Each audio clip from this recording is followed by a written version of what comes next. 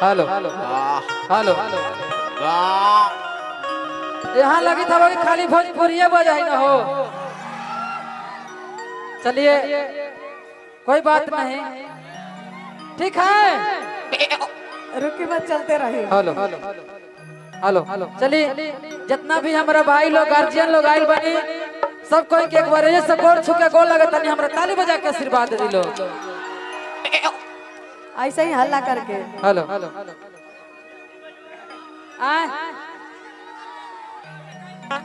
RJD है कि नौकरी सरकारी के भंडार होतोगे,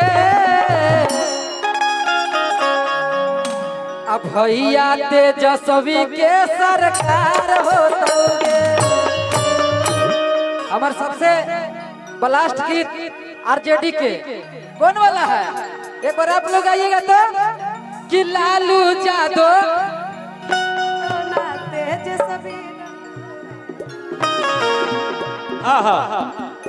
हेलो, देखते हैं कितना लोग को याद है।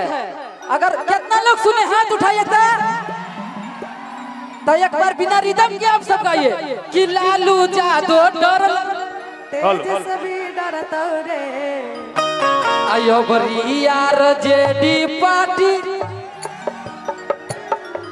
ये गाना ब्लास्ट है और हमारे गार्जियन अब तो हर गाना सेट करता है। अब नया गीत एगो अलबा है, बोलाऊ माई बहन योजना के निकल है तेजस्वी भैया वाला। तो हम चाची लोग के कहनी है वो गीत में कैसे कि माई बहिना योजना के लाभ पइहेगे सीएम तेजस्वी यादव के बनइहेगे। हेलो कि लहर नहीं हमारी ललकार होतोगे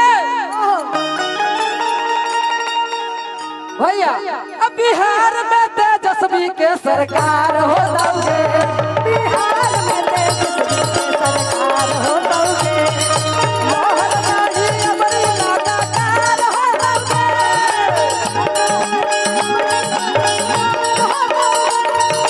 लहर नहीं हमारी ललकार होतोगे।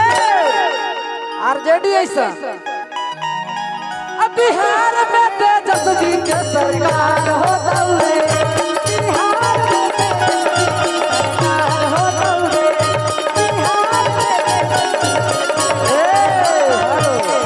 भैया हो वो वाला हो जाए ना। एगो गाय थे कि हरियर का मछिया से बन्हा है मुरठवा, बांधा बांधा अरे देखा ही में लागो हो गई। आरजेडी के गीत बहुत है, लेकिन हमारे एगो भैया सुना, गाते हैं, छोटू छलिया भैया गाते हम हैं। कहते हैं कि अब आरजेडी के गमछी खाली यादव जी के बेटा नहीं खन बांधते, हमारे A to Z सब लोग बांधता। हाँ, यह सब ध्यान लोग। रखे के बा, सब लोग बांधता। आनंद भगत जी की तरफ से, आनंद भैया की तरफ से 5,000 रुपए का पुरस्कार आया है। हेलो। हाँ, सब पे कि कह बेर खा के क्रिया लइकवन हेलो हेलो लइकन के मन है कि जाड़ावा में लागे बड़ी पालावा रे, आ छोड़ के भाग गेलौ।